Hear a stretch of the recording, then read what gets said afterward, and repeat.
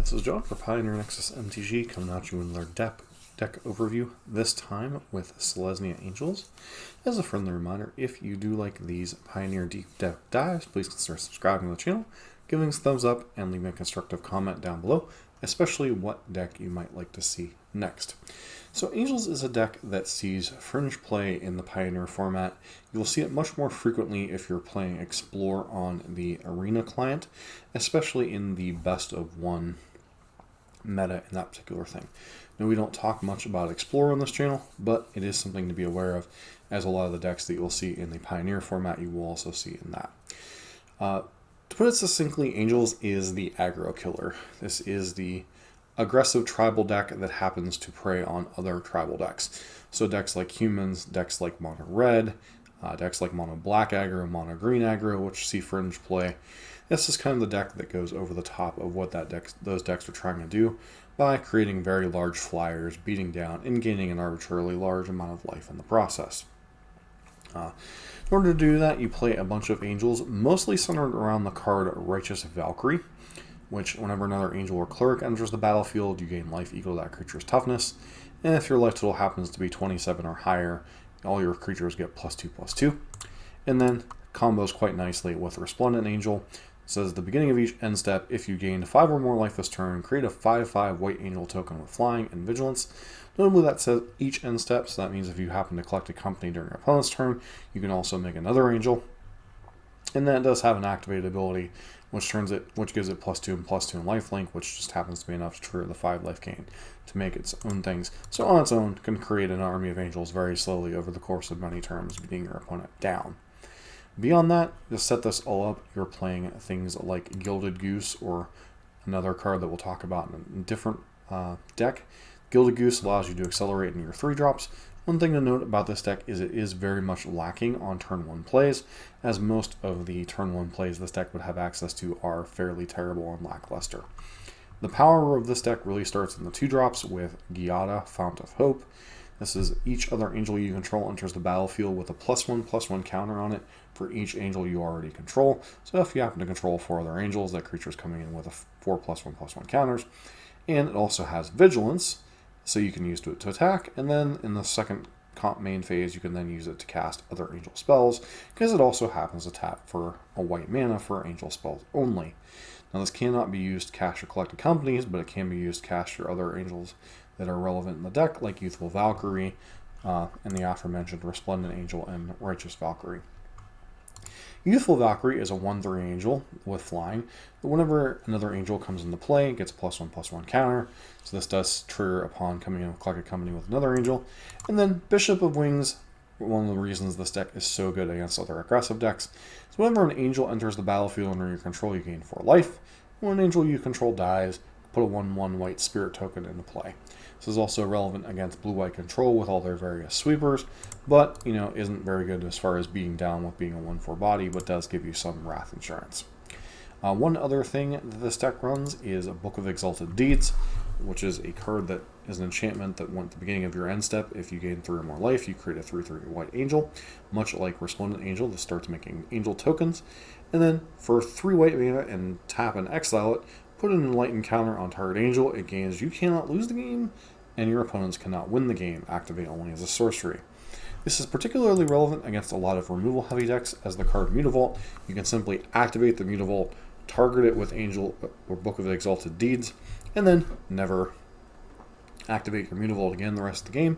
And unless your opponent's packing like something like Field of Ruin, they can never win the game, and you can never lose the game, giving you a certain amount of inevitability against certain decks. And if you can time this right, even a deck like Blue-White Control can struggle to beat this, as they only happen to run a few copies of Field of Ruin, and not always even that. So that is what the main deck does, and all kind of tied together with Collected Company, which obviously looks at the top 6 with 2 creature cards in the play, and it happens to be an instant. So this is a very powerful tribal-based deck that tends to feed on other aggressive decks, and can go over the top of decks like Mono Green if it happens to have a good enough draw. The sideboard kind of helps to shore up the matchups that can be a struggle, and most of that revolves around decks with heavy amounts of interaction. Blue-White Control, Red-Black Midrange, 5-color Niv-to-Light. The first card you'll see in a lot of these is Shaper's Sanctuary. Whenever a creature you control becomes the target of a spell or ability, you may draw a card. This makes 1-for-1 removal very prohibitive to be against your opponent. And then Heroic Intervention is a way to prevent your things from being targeted, as well as giving them indestructible. This happens to be good against both spot removal and sweepers. And then Rites of Harmony is an interesting one. It's an instant whenever you cast, or whenever a creature or enchantment enters the battlefield under your control. This turn, draw a card, and also has flashback. So this is quite a nice way, especially if you're triggering a bunch of angels off of your Resplendent Angel. You can draw a bunch of cards in during a turn, getting some card advantage there, recouping some of the losses from your opponent's sweepers. Rest in Peace, very important against both the Izzet-based decks with all of their Delve spells and Arclight Phoenixes, and also quite important against things like Greasefang combo, and can, in a pinch, come in against Lotus Field combo, as Lotus Field combo sometimes with Leer relies on the graveyard a little bit, so bringing 1 or 2 of these in doesn't terrible in those situations. Archon of Emeria, once again, very good against spell-based decks like the aforementioned Izzet decks and the Lotus Field combo decks. Sell the Wreckage for any type of creature mirrors. This kind of gives you this instant speed combo thing to play. Much like, as we talked about in the Banned Spirits, you can play things like Settle the Wreckage and the Wandering Emperor, kind of force your opponent to not know if they're playing around Collected Company, Settle the Wreckage, what they're playing around. Then Leer, just a nice top-end angel that happens to pump your other angels, and has lifelink, often triggering your various other things. Then Portable Hole, much like in the main deck, is just kind of a way to interact with early opponent's aggression, as once again, most of your curve does not start until turn 2. Second look at this deck, one other 1-drop you can run is a Luminarch Veteran. Whenever a creature enters the battlefield under your control, you gain 1 life. And it also happens to have Disturb for 1 and a white. Once again, whenever a creature leaves the battlefield, you gain life. And if Luminous Phantom will be put in a graveyard from anywhere, exile instead. Relevant because it's a cleric, so it triggers Bishop Wings and Righteous Valkyrie. But other than that, it's just mainly here as a curve filler on 1 for a deck that otherwise lacks relevant 1-drops other than we've already seen Gilded Goose. Inspiring Overseer. Whenever Inspiring Overseer enters the battlefield, you gain 1 life and draw a card. This is kind of a filler angel, but is also kind of like an Elvish Visionary-esque effect. You get a cheap body, but also happen to draw a card, which is never terrible. And then the rest of the deck we've already kind of talked about. One notable card in this version is Ameria's Call, which happens to be a very late game thing. Protect your angels from, or non-angel creatures you control gain indestructible. Never mind, that's not particularly relevant, but creating 2 4/4 white angels while also being your 24th land is quite nice. And then Lyra, we've already kind of talked about the power of it in the sideboard of the other variant. Sideboard cards, you're seeing a lot of the same things. One other notable thing is Damping Sphere, being good against the Nykthos decks, kind of slowing them down a bit, while also being very good against the Lotus Field combo decks, which is a deck that can certainly outrace, as this deck doesn't necessarily kill quite as fast as some of the other aggressive decks, often being a turn 5 or turn 6 thing because most of your relevant creatures don't come down until turn 3. So you can be a turn slower, so it does help to have disruption against those slower spell-based combo decks. Finally, taking a look at this one, mainly because it has a little bit of different stuff in the sideboard going on, but I did forget to talk about the mana base. Once again, Mutavault, obviously very important with the combo of Book of Exalted Deeds, but it's also important because it is a tribal thing that happens to have each creature type, which allows you to beat down your opponent. If your opponent happens to cast a sweeper, you can still pressure their life total. Iganjo, along with Boseiju, makes an appearance here as the lands out of Kamigawa Dynasty that all have utility. This one allows you to deal 4 damage to target creature that's blocking or attacking, allowing you to deal with some of your opponent's creatures. Boseiju can be relevant in a lot of situations where you want to destroy an enchantment or artifact, or a non-basic land, maybe blowing up your opponent's Nykthos or something, can disrupt them just long enough for you to cross the finish line. Sideboard here, once again, you're seeing a lot of the same things. You're seeing things to interact with your opponent's difficult when they're trying to kill all your creatures, Portable Hole when you're in Declaration in Stone, another removal spell that you might see out of these decks to once again slow down other aggressive decks or potentially kill something like a Kalitas that could be very difficult to deal with and could potentially race you. Voice of Resurgence, very good against the control-based decks or any type of Tombo decks, giving you huge elementals if your opponent's trying to cast spells on your turn.